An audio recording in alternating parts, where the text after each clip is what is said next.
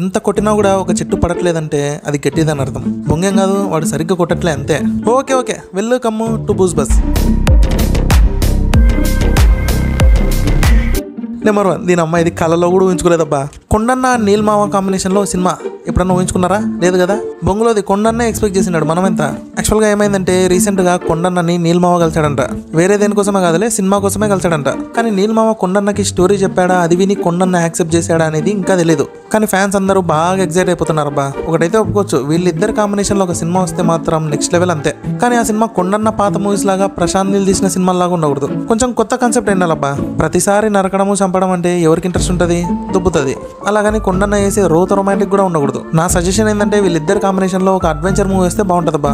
అది కూడా ఫారెస్ట్ లో ఉండాలి. ఎన్ని రోజులని యాక్షన్లు రొమాన్స్లు చేస్తుంటారు. ఇలా కొత్తగా చేస్తేనే కదా ఆ రోత నుంచి బయటకు వచ్చేది.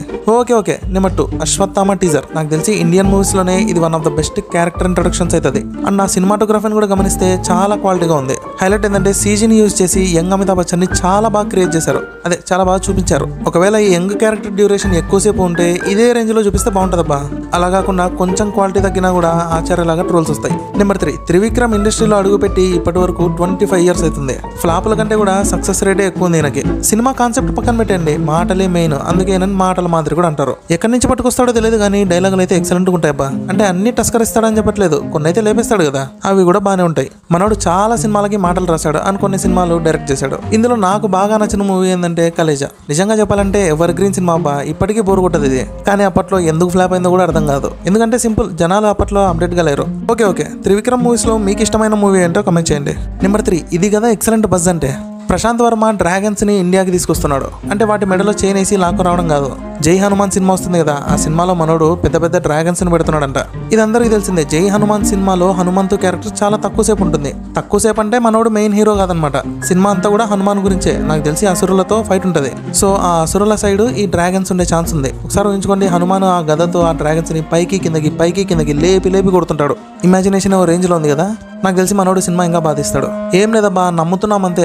తక్కువ బడ్జెట్ లో హనుమాన్ ని అంత బాధిస్తాడు. సో జై హనుమాన్ కి ఇంకా బాగా ఇన్వెస్ట్ చేస్తే ఇంకా బాగా చూపించగలడు అంతే. ట్విస్ట్ ఏంటంటే ఈ సినిమా 3D లో రాబోతుంది. ఒకే ఒక్క కోరిక, ఆది పురుష్ లాగా ఉండకుంటే చాలు. నెంబర్ 4, తలైవర్ 171. టైటిల్ టీజర్ అయితే దుమ్ముగా ఉంది. ఏమంటే ఇది కూడా సేమ్ విక్రమ్ లియో లాగానే ఉందబ్బా. అండ్ ఈ సినిమా మెయిన్ కాన్సెప్ట్ ఏంటంటే గోల్డ్ వాచ్ స్మగ్లింగ్. మీరు టీజర్ లో గమనిస్తే గోల్డ్ బిస్కెట్లు, గోల్డ్ చైన్లు, గోల్డ్ వాచ్లు ఇవన్నీ కనిపిస్తాయి. కానీ తలైవర్ చేతిలో ఉండేది గోల్డ్ వాచ్లే. అండ్ లోకేష్ కనకరాజు కూడా చెప్పారు ఈ సినిమా అంతా కూడా గోల్డ్ వాచ్ స్మగ్లింగ్ గురించి అని. మళ్ళీ దీనికి సంబంధించిన టాక్ ఏంటంటే నాగార్జునకి ఈ సినిమాలో ఒక స్పెషల్ కేమియో ఉందంట. సో ఇంకా ఎక్స్పెక్టేషన్స్ అయితే మామూలుగా లేవు. కానీ ఒక చిన్న డౌట్, ఈ సినిమా కూడా ఎల్సీయూలో ఒక భాగమేనా లేకపోతే కాదా? కమెంట్ చేయండి. నెంబర్ 5, నిజానికి ఫహద్ ఫజిల్ యాక్ట్ చేసిన ఆవేశం సినిమా అయితే చూడలేదు.